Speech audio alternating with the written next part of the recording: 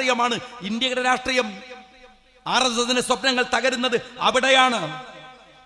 പക്ഷെ ഞാൻ ചോദിക്കുന്നത്, എങ്ങനെയാണ് RSSകാരൻ പിന്നെയും, എനിക്ക് ഓർമ്മയുള്ള ഒരു കാലമുണ്ട്, എന്നെക്കാൾ ഓർമ്മയുള്ള കാരണവന്മാർ ഇവിടെ സദസ്സിലുണ്ട്. കേരളത്തിന്റെ തെരുവിൽ ഒരു വൈകുന്നേരം നിങ്ങൾ യാത്ര ചെയ്താൽ കാക്കി ട്രൗസർ ഇട്ട് ലാത്തി പിടിച്ച് RSSകാരന്റെ പരേഡ് ഞാൻ പലപ്പോഴും ചെറുപ്പകാലത്ത് കണ്ടിട്ടുണ്ട്. അതില്ലാതെ ആയിപ്പോയല്ലോ ഇടക്കാലത്ത്. പക്ഷെ അവരെന്താ ഇപ്പൊ വേറെ തരത്തിൽ കാണുന്നത്? കേരളത്തിന്റെ പോലീസിൽ RSS ഉണ്ടായി. കേരളത്തിന്റെ തെരുവിലുണ്ടായാൽ അത് കണ്ടവരാണ് നമ്മൾ, നേരിടാൻ നമുക്കറിയാം, നേരിട്ടിട്ടുണ്ട് ആശയപരമായി. കേരളത്തിന്റെ തെരുവിലെ RSSകാരനെ ഓടിച്ചത് കത്തിയും കോടാലിയും കാണിച്ചല്ല, ആദർശത്തിന്റെ രാഷ്ട്രീയത്തെ ഉയർത്തിപ്പിടിച്ചിട്ടാണ്. പക്ഷെ അവരെങ്ങനെയാണ് കേരളത്തിന്റെ പോലീസിലെത്തിയത്? കേരളത്തിലെ ജയിൽ വകുപ്പ് ഉദ്യോഗസ്ഥന്മാരുടെ RSS സംഘത്തിന്റെ ഫോട്ടോ നിങ്ങൾ മനോരമയിലും മാതൃഭൂമിയിലും അടക്കം പത്രങ്ങളിൽ കണ്ടില്ലേ?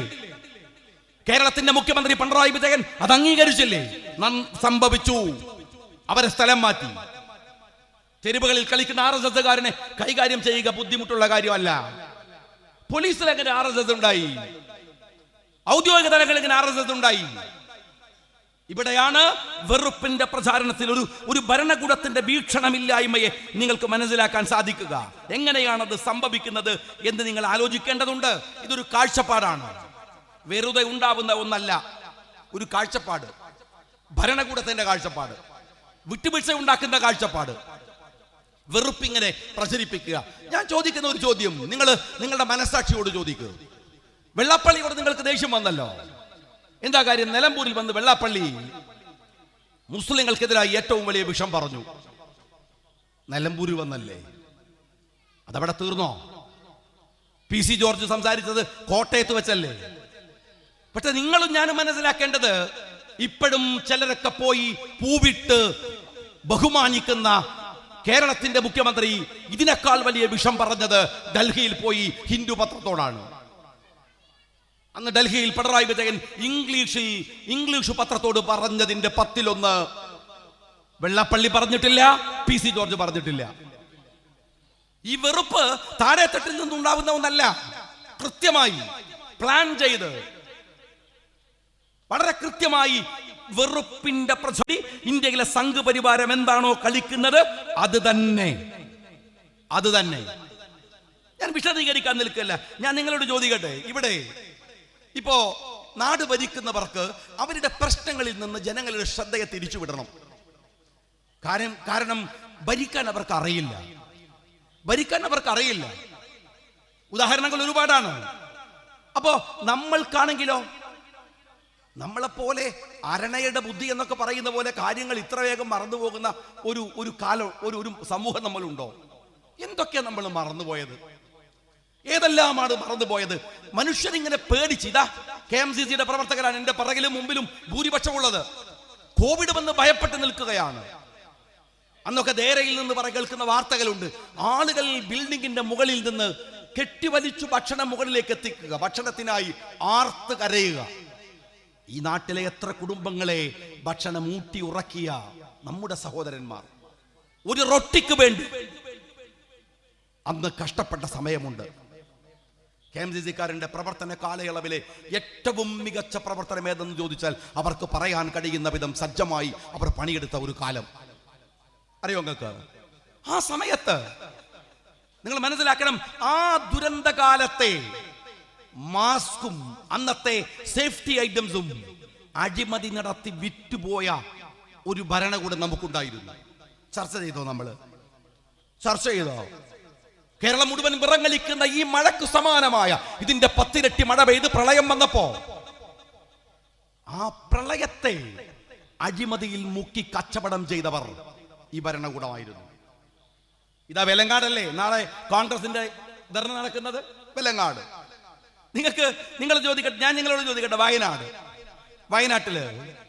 വയനാട്ടിലെ ഏറ്റവും രസമുള്ള അവിടുത്തെ മുഖ്യമന്ത്രിയുടെ ഇടപെടൽ നിങ്ങൾ വായിച്ചു നോക്കിയിട്ടുണ്ടോ? വയനാട്ടില് വാടക കൊടുക്കണില്ല, 700 ചില്ലാനം കോടി ഉറുപ്പിക നാദാപുരത്തുകാരടക്കം കൊടുത്തതാണ് മുഖ്യമന്ത്രിക്ക്. വാടക കൊടുക്കാഞ്ഞിട്ട് അവിടുത്തെ സ്ത്രീകളും അവരാരാണ്?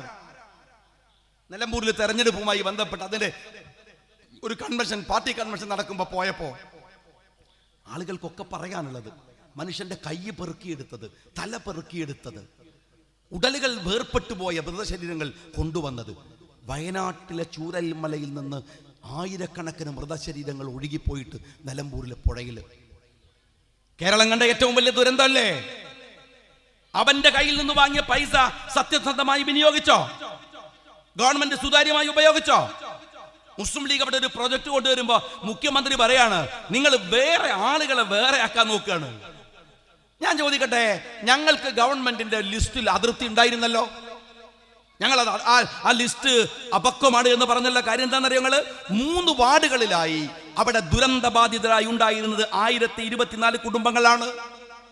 അവിടുത്തെ മെമ്പർമാർ, അവിടുത്തെ CPM, അവിടുത്തെ കോൺഗ്രസ്, അവിടുത്തെ ലീഗ്, അവിടുത്തെ സകലമാന പാർട്ടിയും, അവിടുത്തെ ക്ഷേത്ര കമ്മിറ്റി, അവിടുത്തെ ചർച്ച് കമ്മിറ്റി, അവിടുത്തെ പള്ളി കമ്മിറ്റി, എല്ലാവരും ചേർന്നുണ്ടാക്കിയ ആക്ഷൻ കമ്മിറ്റി ഇതിനെ സ്ക്രൂട്ടിനി ചെയ്ത് അവരവസാനം കണ്ടെത്തിയത് 537 കുടുംബമാണ്. ഗവൺമെന്റ് ഇപ്പോഴും ലിസ്റ്റ് ഉണ്ടാക്കി തീർന്നിട്ടില്ലല്ലോ. 400 കുടുംബങ്ങളുടെ ലിസ്റ്റാണ് ഗവൺമെന്റ് ഉണ്ടാക്കിയത്. 740 കോടി രൂപ ദുരിതാശ്വാസത്തിന് വേണ്ടി ഇവരുടെ കയ്യിലേക്ക് ജനങ്ങൾ കൊടുത്തു. 529.5 കോടിയാണ് കേന്ദ്രത്തിന്റെ വകയിൽ ഇങ്ങോട്ട് ഗവൺമെന്റിന് കൈമാറിയത്. അതോ 50 കൊല്ലം കഴിഞ്ഞിട്ട് അടച്ചാൽ മതി ആ പൈസ എന്ന് പറഞ്ഞിട്ട്. നിങ്ങൾക്കറിയോ അവിടെ നടക്കുന്ന കാര്യം? നാളെ അവിടെ വെലങ്ങാട് സമരം നടക്കല്ലേ? എന്താണെന്നറിയോ നടക്കാൻ പോണത്? അവിടെ നിങ്ങളിപ്പോ ഈ പഞ്ചായത്ത് നാദാപുരം പഞ്ചായത്താണല്ലോ. നാദാപുരം പഞ്ചായത്തിൽ നിന്ന് നിങ്ങൾ പാവപ്പെട്ട ഒരാൾക്ക് വീട് കൊടുക്കുന്ന പദ്ധതിയാണ് ലൈഫ് പദ്ധതി. ലൈഫ് പദ്ധതിയിൽ നിങ്ങളുടെ വീടുണ്ടാക്കാൻ ചെലവഴിക്കുന്ന പൈസ സ്ക്വയർ ഫീറ്റിന് 1000 ഉറുപ്പിയാണ്. ആരാ വീടുണ്ടാക്കുക? ഞാൻ, എൻ്റെ വീട്. പഞ്ചായത്ത് പൈസ 1000 ഉറുപ്പ്യ. ഏറ്റവും നന്നായി നമ്മളുടെ വീടുണ്ടാക്കുക ആരാണ്? നമ്മളാണ്. 1 ഉറുപ്പ്യ വേറെ ചെലവഴിക്കാതെ നമ്മുടെ കൂടെ അധ്വാനം കൂടി ചേർത്ത് വെച്ച് 1000ന്റെ അടുത്ത് 1100ന്റെ എങ്കിലും ബെനിഫിറ്റ് ഉണ്ടാകും അവിടെ. എൻ്റെ വീട് ഞാൻ ഉണ്ടാക്കാൻ 1000 ഉറുപ്പ്യ. എന്നാൽ എൻ്റെ വീട് ഊരാലുങ്കൽ ഉണ്ടാക്കി തരാണെങ്കിലോ 3000 ഉറുപ്പ്യ. ഇതെന്താ കണക്ക്? എൻ്റെ വീട് ഞാൻ ഉണ്ടാക്കിയാൽ അതിന് 1000 രൂപ സ്ക്വയർ ഫീറ്റിന്.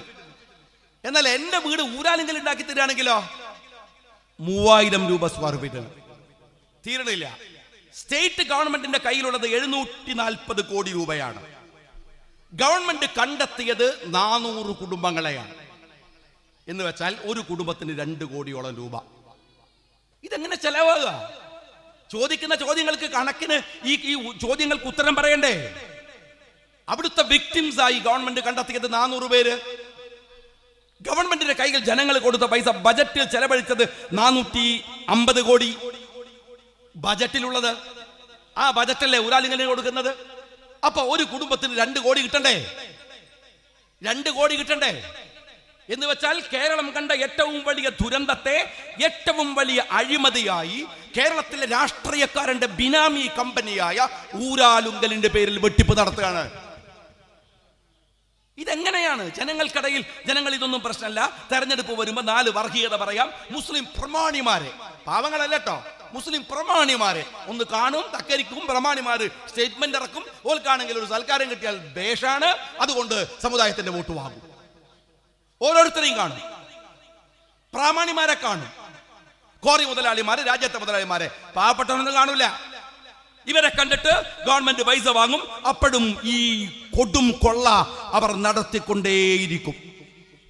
ഒരു കാര്യം, നിങ്ങൾ നാളെ സമരം നടക്കല്ലേ, അവിടെ ദുരന്തം അനുഭവിക്കുന്നവരോട് പോയി ചോദിക്ക്. വയനാട്ടിൽ മൊത്തം അവിടുത്തെ ആളുകൾക്കുള്ള കടം എത്രയാണെന്ന് അറിയോ നിങ്ങൾ? 26 കോടി.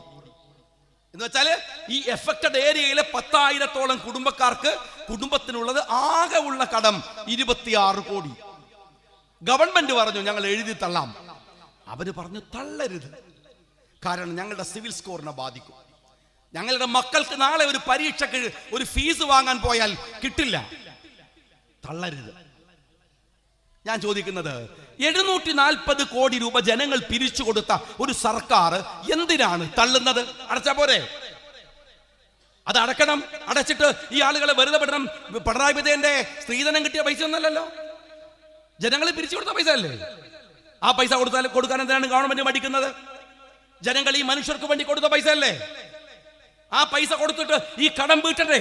എന്താ വീട്ടാത്തത്? എന്താ അത് ചെയ്യാത്തത്? ഇനി ലീഗ് വീട് വെച്ചതാണോ കുഴപ്പം? ലീഗ് നൂറ്റിച്ചിലാണ് ആളുകൾക്ക് വീട് വെക്കാൻ ഞങ്ങൾ ധൃതിയൊക്കെ കാണിക്കുന്നുണ്ടെങ്കിൽ കാര്യം എന്താ? കാര്യം ഞങ്ങൾക്ക് ജനങ്ങൾ തന്ന പൈസയാണ്. എന്തിനാ ജനങ്ങൾ പൈസ തന്നത്? നിങ്ങളെ വിശ്വാസം ഇല്ലാത്തവർ ഞങ്ങളെ കുറച്ച് പൈസ ഏൽപ്പിച്ചു. ആ പണി ഞങ്ങൾ ഏൽപ്പിക്കണ്ടേ? ഞാൻ ചോദിക്കട്ടെ, ലീഗ് മാത്രമാണോ അവിടെ വീട് വെക്കുന്നത്? ജമാഅത്തെ ഇസ്ലാമി 30 വീട്, പിലോക്കാലിയ എന്ന ക്രിസ്ത്യൻ സംഘടന 40 വീട്, CSI എന്ന് പറയുന്ന ക്രിസ്ത്യൻ സംഘടന 16 വീട്, പെന്തിക്കോസ്ത് എന്ന ക്രിസ്ത്യൻ സംഘടന 10 വീട്, എറണാകുളത്തെ മുസ്ലിം സംയുക്ത ജമാഅത്ത് 14 വീട്, ജമിയത്തുൽ ഉലമ ഹിന്ദ് 12 വീട്, KNM 13 വീട്, മർക്കസുദ്ദവ 30 വീട്, വിസ്ഡം വേറെ വീട്, ചെറുകിട കോറിക്കാര് 30 വീട്. ഇതൊന്നും പിണറായിക്ക് ചൊറിയുന്ന കാര്യമല്ല. ലീഗ് വീട് വെച്ച് കൊടുത്താൽ മാത്രമേ പിണറായിക്ക് ചൊറിയൂ. ഇനി ഞാൻ ചോദിക്കുന്നത്, നിങ്ങൾ കണ്ടെത്തിയ 400 വീട്ടിൽ നിന്ന് ഇതൊക്കെ പോയില്ലേ? പിന്നെ നിങ്ങൾക്ക് ഇതിന് 740 കോടി ഊരാലിങ്ങളുടെ മുതലാളിമാർക്ക് ഈ നാട്ടിലെ പാവപ്പെട്ടവന്റെ പണമാണോ അവർക്ക് നക്കി തിന്നാനുള്ളത്? നിങ്ങൾ പരിശോധിച്ച് നോക്ക്. ഇതാണോ? കൃത്യമായി ഞാൻ പറയുന്നത്, ഒരു ഭരണകൂടം എന്തുകൊണ്ടാണ് ഇത്തരത്തിലുള്ള നിലപാടുകൾ സ്വീകരിക്കുന്നത് എന്നതിന്റെ ഉദാഹരണമാണ്.